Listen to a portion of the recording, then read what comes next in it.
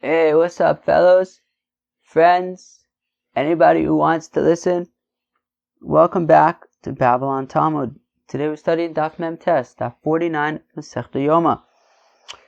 Daf 49 talks about a few different things that are kind of like intertwined.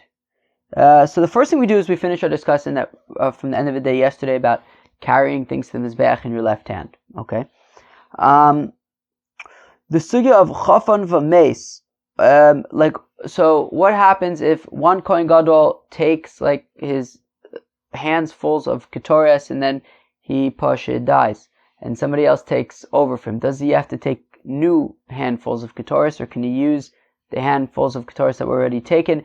That gets into the sugya of shachad v'meis. What happens if the one Kohen Gadol would slaughter the cow and then die, and then a different Kohen Gadol takes over from there? Would he have to slaughter a new cow?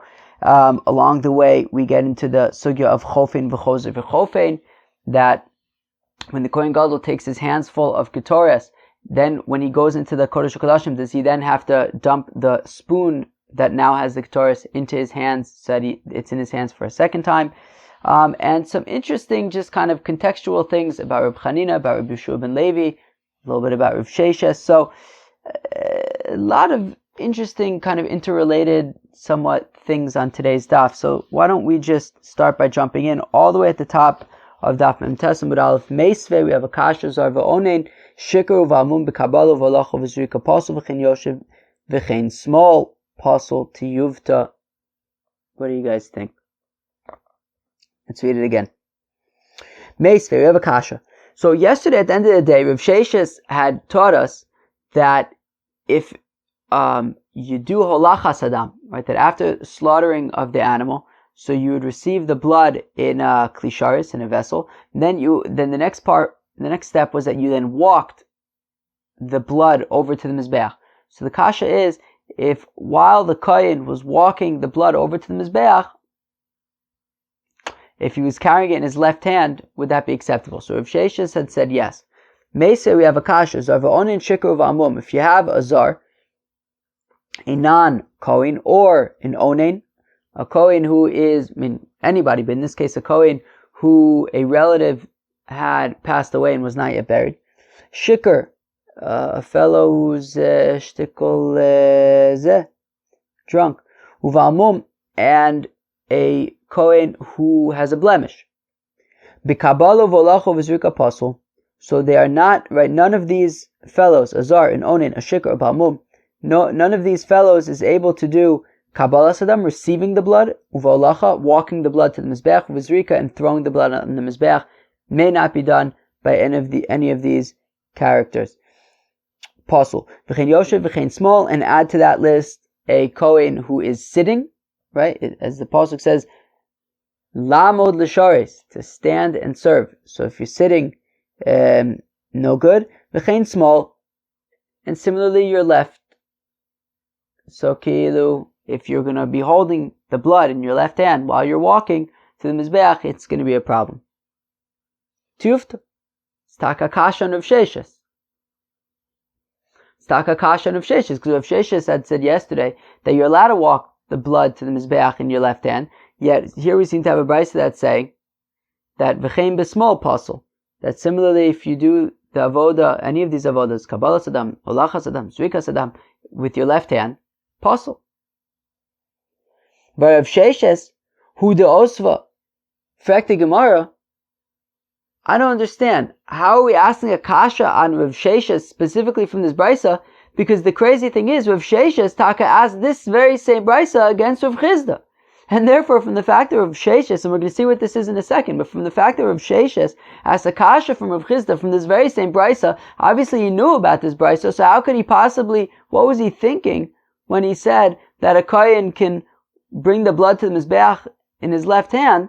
What about this very brisa that he used against Rav Chizda, which says that v'chein b'small pasel, that if you do holacha sadam or kabbalah sadam or zrika sadam in your left hand, it's taka pasel.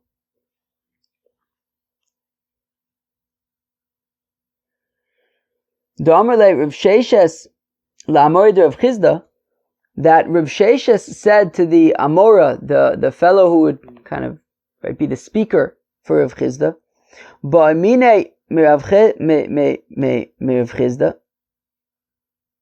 ask from Rav Chisda, halacha b'zar ma'u. So Rav Sheshes said to the Amora of Rav Chisda, he said, ask Rav Chisda, what if a zar, a non-kohen, walks the blood to the mizbeach? Does the step called that? That's called holacha. Amalek Shera. So the Amora reported back to Rav Sheshes that Rav Chisda says that it's okay. That it's okay for a non-kohen to bring the blood to the mizbeach to do holacha. Umikra Mesayani, and says Rav Chisda, and there's taka a pasuk that supports me. What does the pasuk? It says Vayishchatu Pesach, that they slaughtered the korban Pesach. Vayizuka kohanim miyadam v'alvim mafshitim, and the kohanim then threw the blood on the mizbeach from their hands. Who are these people? The people who slaughtered the korban Pesach, and it wasn't necessarily kohanim. And it seems like what's going on is that these non-kohanim were slaughtering and then bringing the blood walking to the mizbeach with the blood, and then handing it to the kohen, and then the kohen would throw it on the mizbeach. But the holacha was being done by a non-kohen. V'alevim mafshitim, and the Levim were flaying. So Rav Chisda says that a zar would be allowed to do holacha sadam. Umosiv Rav Sheshes, to which Rav Sheshes then asks against Rav Chisda, zar v'onin shikar u'valmum, but what about this brisa that says that a non-kohen and an onin and a drunk and a balmum b'kabala v'locha v'zuka pasul v'chen yoshev v'chen small pasul? That any of these characters, azar, onin, shikar, balmum, cannot receive the blood, cannot walk the blood to the mizbeach, it cannot throw it on the mizbeach. And similarly, somebody who's sitting and somebody using his left hand. So we see that this brisa was in Rav Sheshes' repertoire. And if that's the case, then how could Rav Sheshes have even entertained the notion that you would be allowed to do holacha sadam with the blood in your left hand if he's clearly aware of this brisa which says that you would not? And for the Gemara, Basar Deshama Hadar Osva, that it was only after, meaning when Rav Sheshes had initially said that you would be allowed to bring the blood to the mizbeach in your left hand, so he hadn't yet heard about that brisa. Once he had heard about that brisa, so then he realized that he was incorrect initially, and that you would not be allowed to carry the blood to the mizbeach in your left hand. And then at that point, now that he knew the brisa, he was also able to use it to question Rav Chisda.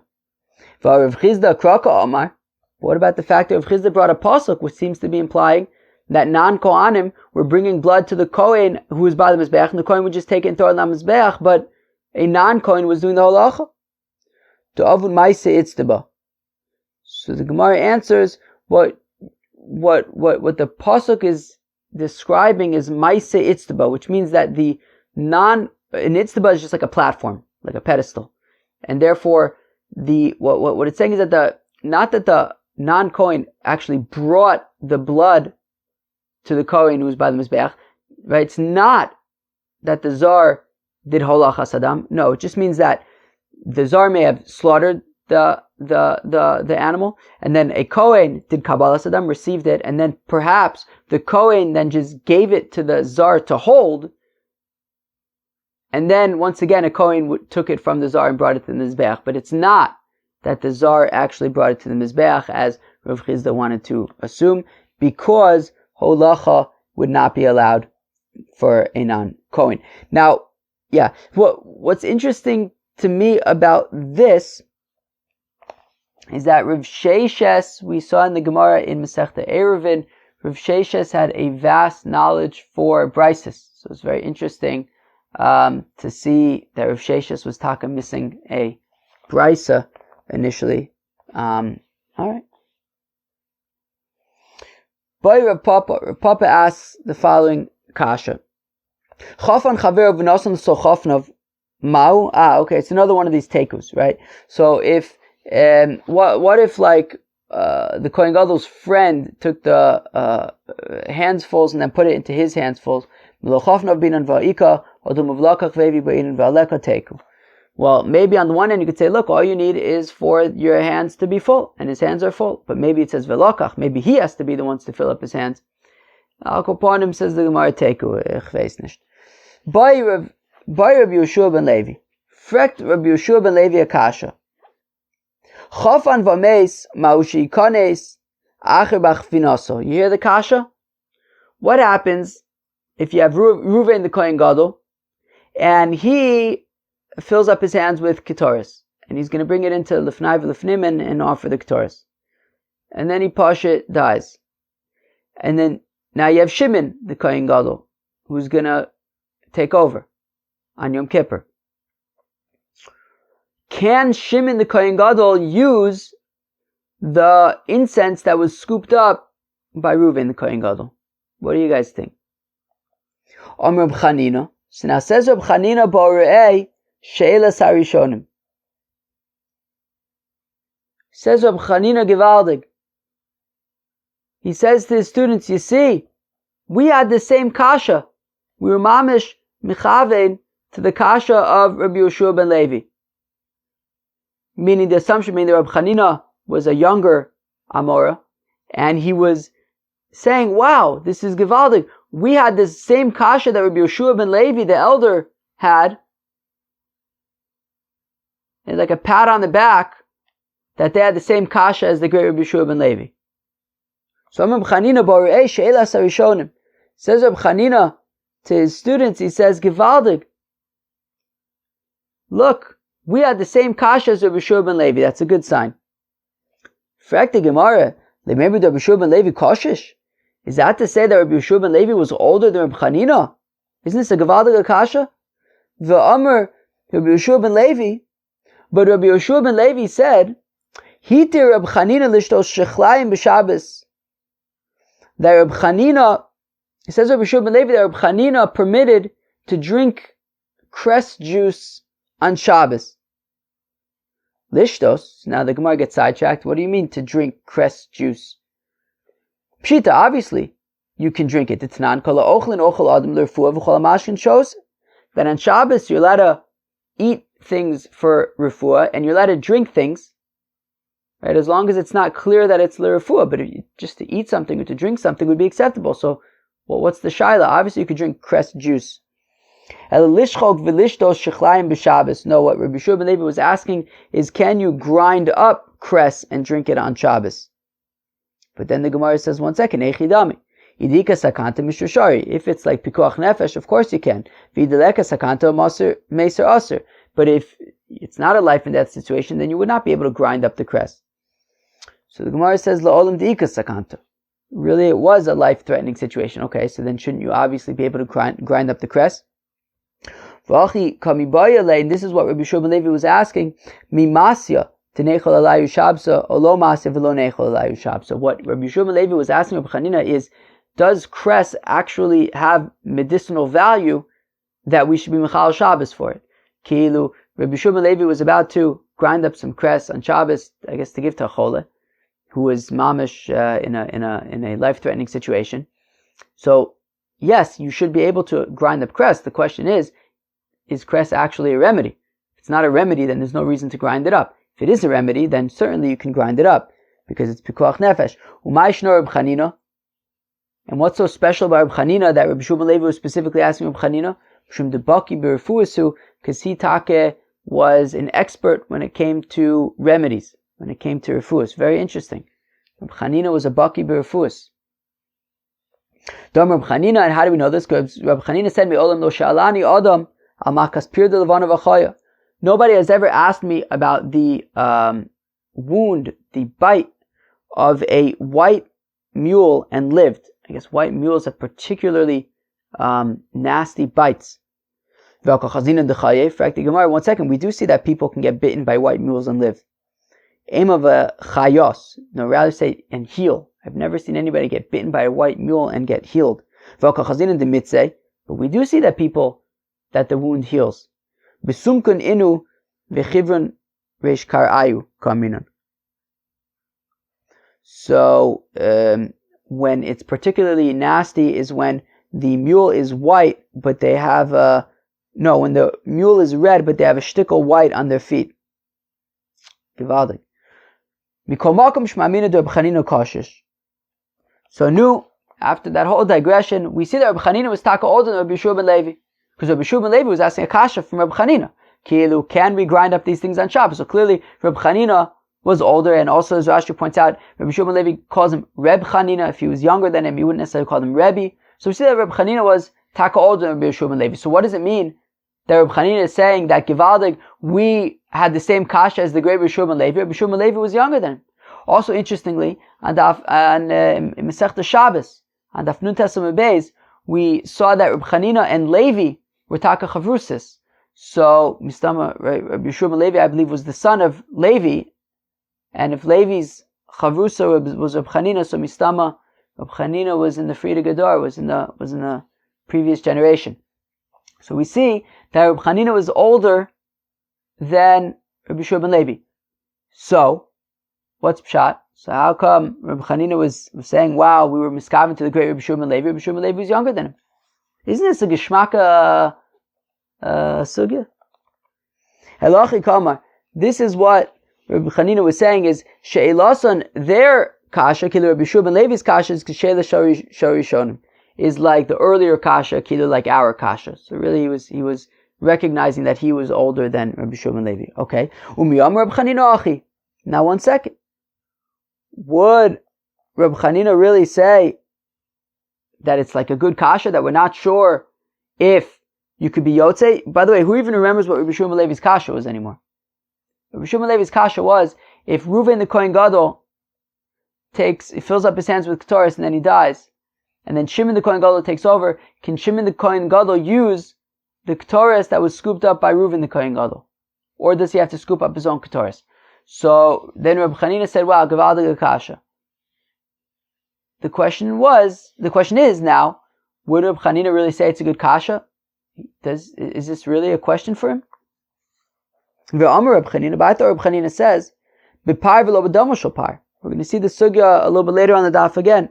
But B'par v'lo b'domo shel par, that it says that because Yovei Aharon el HaKodesh B'par ben bakar.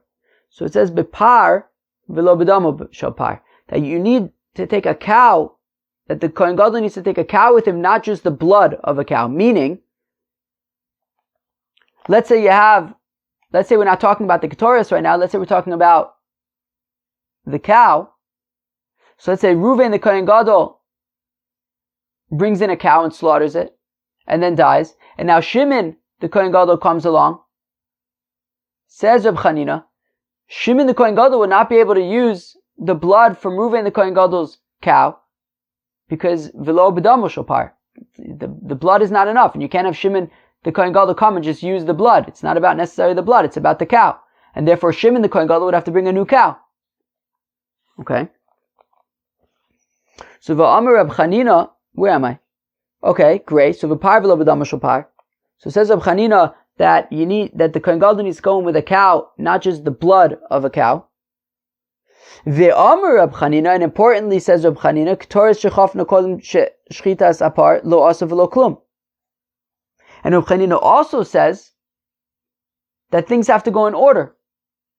And as we learned the other day, first the Kohen Gadol would slaughter the cow, and only then would he fill up his hands with Ketores. And if he fills up his hands with Ketores before slaughtering the cow, he did nothing. It doesn't work. And therefore, Chaver, you ready? This is the kasha. The kasha is, well, our kasha, Rabbi Shimon Levi's kasha was, if Reuven the Kohen Gadol scooped up the Ketores and then dies, can Shimon the Kohen Gadol use the Ketores? Well, listen to this, friends. When does the Ketores happen? After the cow was slaughtered. Which means that Reuven the Kohen Gadol, when he scooped up the Ketores, he also had already slaughtered his cow. Which means that Shimon the Kohen Gadol isn't just inheriting, so to speak, the Ketores, he's also inheriting the slaughtered cow i.e. the blood of the first cow. Now, says Reb Chanina, Bipar v'lo b'damo shel par, that Shimon the Kohen Gadol would not be allowed to use the blood of Reuven the Kohen Gadol's cow. He would have to slaughter his own one, which means that Memele is going to have to slaughter his own cow. And if you scoop up the Ketores before slaughtering the cow, it doesn't work, which means that Memele, the Ketores from Reuven the Kohen Gadol, is irrelevant. Because that was scooped up before Shimon the Kohen Gadol's cow was slaughtered, obviously, right? Because Reuven the Kohen Gadol slaughtered his own cow, and then took his Ketores, and then died. Shimon the Kohen Gadol is not allowed to use the cow of Reuven the Kohen Gadol, so Shimon the Kohen Gadol slaughters his own cow, which then also means that Memele, the Ketores from Reuven the Kohen Gadol, is unusable, because it was scooped up before the cow that is going to be used was slaughtered. Kilu Shimon the Kohen Gadol's cow, and therefore Shimon the Kohen Gadol, Memele, is going to have to separate his own Ketores after having slaughtered his cow. Have you got that? It's a Geshmak Kasha, and therefore it makes Rabbi Yehoshua ben Levi's Kasha moot, I think, M-O-O-T, I think, moot. Because Rabbi Yehoshua ben Levi says, can Shimon the Kohen Gadol use Reuven the Kohen Gadol's Ketores? Obviously the answer is no. Because the Ketores is only happening after the Shchita Sapar, and Shimon the Kohen Gadol wouldn't be allowed to use Reuven's par. He's going to have to bring his own par, and therefore Memele is going to have to do his own Ketores. And therefore, why was Reb Chanina saying that Rabbi Yehoshua ben Levi's kasha was such a Gavaldiga kasha? It really isn't. It's a non-starter. Obviously the answer is that Shimon the Kohen Gadol cannot use Reuven the Kohen Gadol's Ketores. So, and for the Gemara Achi Kamer, this is what Reb Chanina was saying. Midukami baya leha, from the fact that Rabbi Yehoshua ben Levi can ask such a kasha of can Shimon the Kohen Gadol use Reuven the Kohen Gadol's Ketores, Michlal de Kasaver b'Pai v'Afilu b'Damo shel Par. So clearly Rabbi Yehoshua ben Levi does not hold like I hold regarding whether or not you can use the blood of an earlier cow, and he must hold like those who argue on me, that b'Par v'Afilu b'Damo shel Par, that you can even use just the blood of a cow, i.e., if Shimon the Kohen Gadol inherits the cow of Reuven the Kohen Gadol, he can use the blood, even though he didn't slaughter that cow. And therefore, Reb Chanina is saying that based on what Rabbi Yehoshua ben Levi learns, which is that you're allowed to use the blood of the earlier cow, well, guess what? The people who argue on me, says Reb Chanina, also had that same kasha about, well, if we hold that you're allowed to use the blood from the earlier cow, well then, what about the Ketores from the earlier Kohen Gadol? That's what Reb Chanina was saying. But Memele, Reb Chanina would say you would not be allowed to use this Ketores because you would have to slaughter a new cow, and then Memele, the Ketores from earlier would not work. You'd have to scoop up new Ketores. So the Gemara says, Ma'ave Allah. Nu, so what's the halacha? What's the halacha?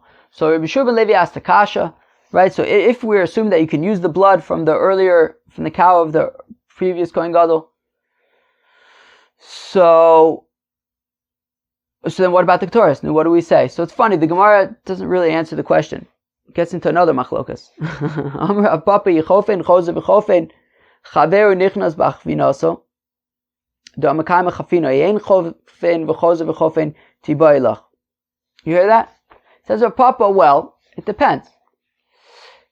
There's a shaila about, or really a concept of chofen v'chose v'chofen, which I think we've referenced, which is, certainly we've referenced it. I think we referenced it in Daf Mem Ches, Mem Zayin. So, what it means is that obviously, of course, the Kohen Gadol scoops up some ketores with his hands. The question is, and he puts that into the spoon, and he takes the spoon into the Kodesh HaKodashim. The question is, in the Kodesh HaKodashim, does he then have to transfer the ketores back into his hands before putting it on the coals, or can he just dump it directly from the spoon onto the coals? So says Rav Papa, Ichofen chose v'chofen, if he's got to scoop it up into his hands a second time, Chaveru nichnas b'achvinaso, Da'amakayim chafina. Well, if he's going to have to anyways do chafina a second time in the Kodesh HaKodashim, well then certainly Shimon the Kohen Gadol would be allowed to use Reuven the Kohen Gadol's Ketoris, since he's going to be doing his own Chafina anyways in the Kodesh HaKodashim. But if we say that he does not scoop it up in his hands a second time in the Kodesh HaKodashim, well then we have the Shaila, which is, can he use the Chafina of the previous Kohen Gadol? Papa Adrabah says, if Huna Beit Rav Yeshua to Rav Papa, I'll make the opposite argument. If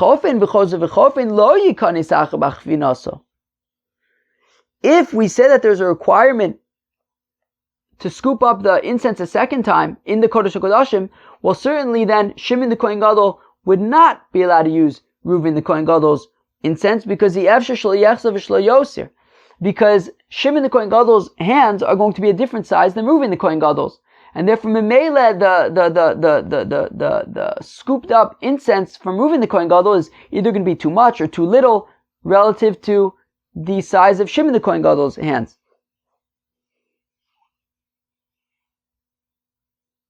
Ve'i ein chofen chose v'chofen tibailach.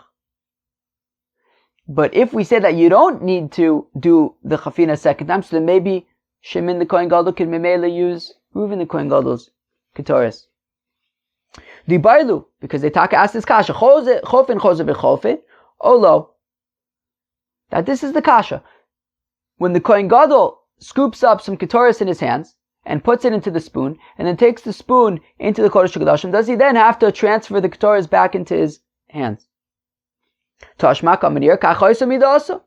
Remember back in our Mishnah Mem Zayin, we said that a big Kohen Gadol takes more, a smaller Kohen Gadol takes less in his hands. And this was the measure. And the kasha was, what does it mean?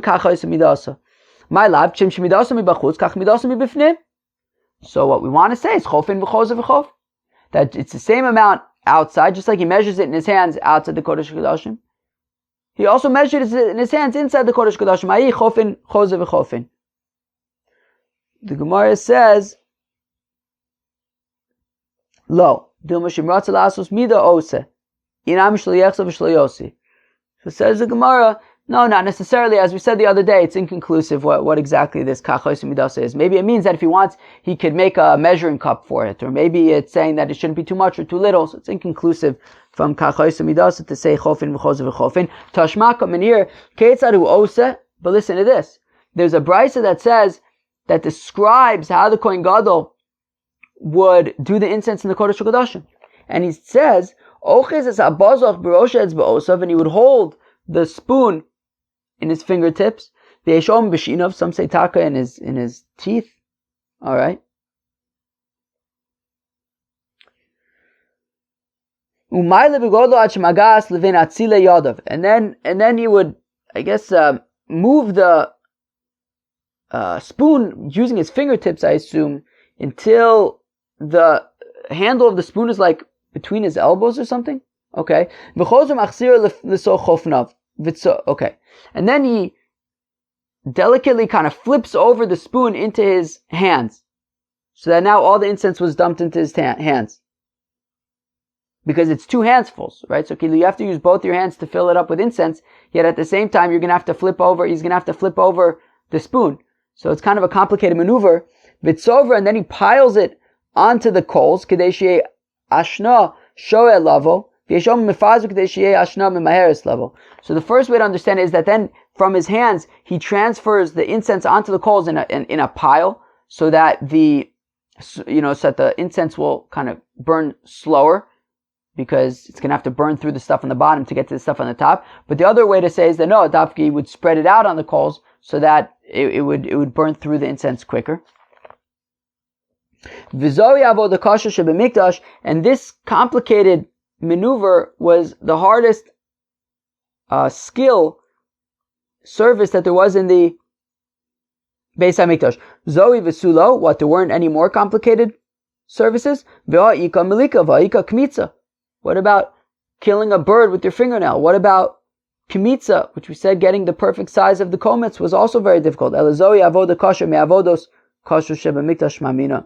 Period. So this was one of the difficult avodas in the Beis HaMikdash, and says the Gemara Shmamina Chofen v'Chozer v'Chofen Shmamina. So we say that you see from here that Chozer v'Chofen v'Chozer, no, Chofen v'Chozer v'Chofen, which is that the Kohen Gadol would initially scoop up incense in his hands, put it into a spoon, and then in the Kodesh Kodashim, once again he would have to flip over the spoon into his hands, and from his hands he would then place the incense on the coals.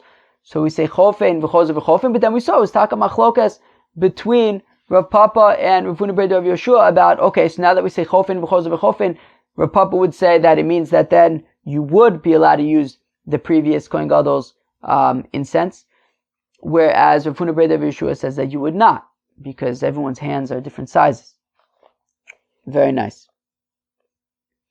Ibailu de asakasha shachat ma v'meis ma'u she'yikanis acher b'damo. Now the Gemara moves to a similar question, which is, what if Reuven the Kohen Gadol slaughtered his cow and Pasha dies, and then Shimon the Kohen Gadol takes over? Can he use Reuven the Kohen Gadol's cow? Well, at this point, really just the blood of the cow.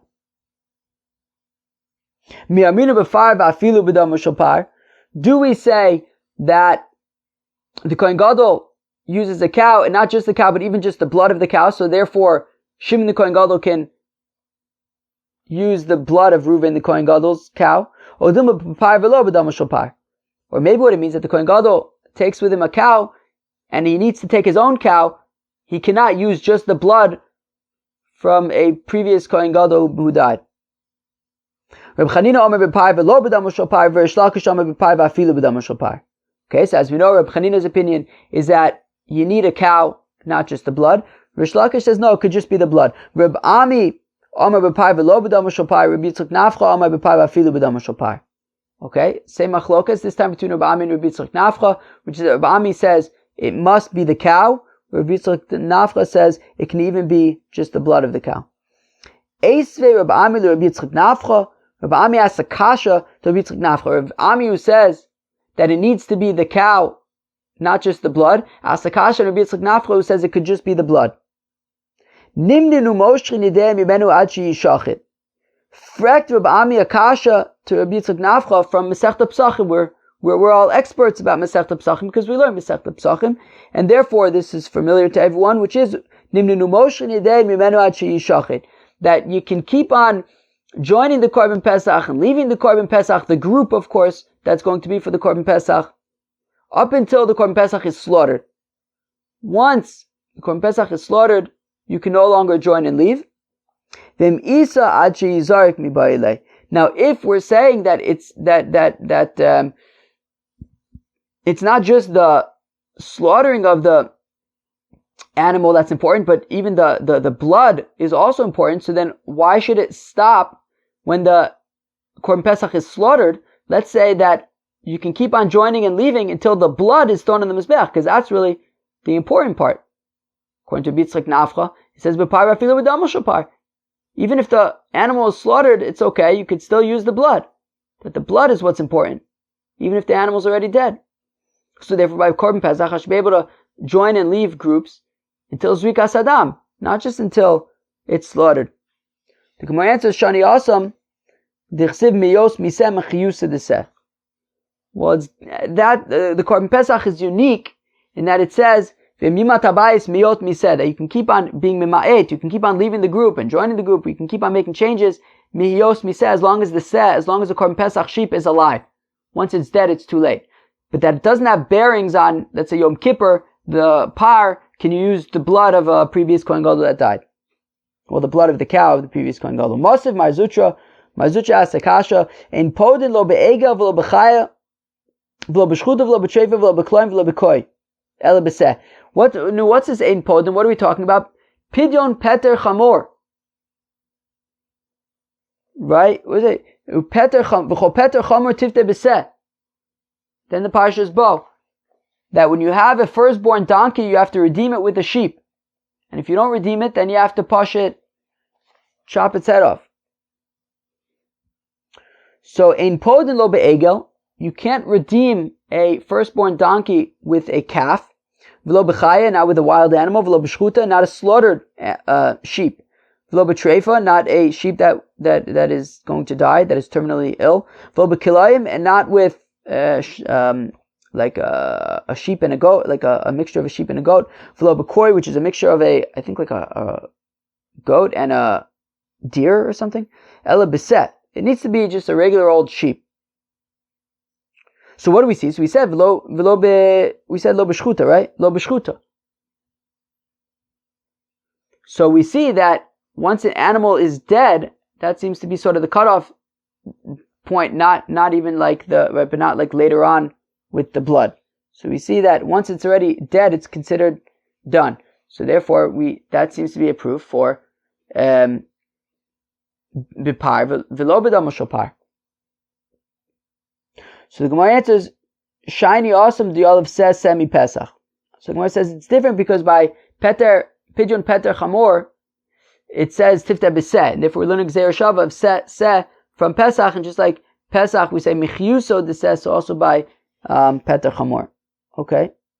Malahalan zachor tamu v'enshana, afkan zachor tamu v'enshana. Perfect the Gemara. Well, if we're comparing it to Korban Pesach, well, Korban Pesach has to be male, it has to be complete, it can't have a mum, and it has to be within its first year. So let's say that also we have the same requirements by Pidyon Peter Chamor, that it has to be a Zachar Tama Venshana. Tamalam or Tifteh Riba. Well, it says Tifteh more than once in the Pasuk, so therefore it's including even if it's not all of these things. Tifteh Riba afilu kulunami. But if we're including other things from Tifteh, well then why not also include all these other things like Egel, Chaya, Shchuta, Treifa, all those. So imkain seh mayahani label. Well, then what's the point of writing seh? So the point is it has to be a seh and not these other things, but it doesn't necessarily have to be with like all the details of Korban Pesach, such as 1 year old, Zachar, Tamim. That is not necessarily a requirement because we have seh to sort of limit things, but also tifteh to include other things. Well, friends, that was daf mem tes of Masechta Yoma. I think it was an interesting daf. Let us review some of the things that we talked about. So we started off the daf with a conclusion of the discussion from yesterday at the end, which was, can you do Olachas Adam with your left hand? Yesterday we wanted to say the answer is yes, but we saw today that the answer seems to be no. Then we got into this question by Rabbi Shimon Levi about Chofan Vames. What if Reuven the Kohen Gadol took some Ketoris and then died? Can Shimon the Kohen Gadol use that Ketoris? It ended up being an interesting question that was based on other things as well, which got into a whole bunch of sugyas, such as Shachad Vames. The sugya of, well, what if Reuven the Kohen Gadol slaughtered his cow and then died? Can Shimon the Kohen Gadol use the blood from Reuven the Kohen Gadol? Because if you say, because we had Reb Chanina who said that the answer is no, you cannot. You'd have to slaughter your own cow. And then if you slaughter your own cow, then you'd also have to do your own Ketoris, because Ketoris comes after the slaughtering of the cow. So then there's an answer to Rabbi Shimon Levi's kasha by saying that no, you cannot use, Shimon the Kohen Gadol cannot use Reuven the Kohen Gadol's Ketoris, because he can't use the cow either. But if you say that you can use, that Shimon the Kohen Gadol can use Reuven the Kohen Gadol's cow, so then we have a shaila. Can you use the Ketoris? So then we want to say, well, maybe the answer then to this question has to do with Chofin v'chozer v'chofin. That does the Kohen Gadol then put the incense back in his hands in the Kodesh Kodashim? We ended up saying yes, he does. So Rav Papa wants to say that, well, if Chofin v'chozer v'chofin, well then yes, Shimon the Kohen Gadol can use the incense of Reuven the Kohen Gadol, because he's going to be doing the Chafina anyways himself. Rav Huna Bar Rabbi Yoshua says, Mapitom, what do you mean? Davka, if Shimon the Kohen Gadol is going to have to scoop up the incense himself, well then his hands are a different size than Reuven the Kohen Gadol's hands, and then maybe it's going to be too much, too little, therefore you would not be able to use Reuven the Kohen Gadol's incense. So, still inconclusive. So then we got into this machlokas about bipar v'lo b'damo shopar, or maybe afafilu b'damo shopar, about, would Shimon the Kohen Gadol need to bring his own cow, or can he use Reuven the Kohen Gadol's cow? And we see it's a machlokas. Reb Chanina, Rish Lakish, Reb Ami, Reb Yitzchak Nafcha, about can you use the blood of an earlier cow or not? Some say yes, some say no. So pretty clean machlokas in that respect. That was daf Memtes of Masechta Yoma. I hope you enjoyed it. Cheers.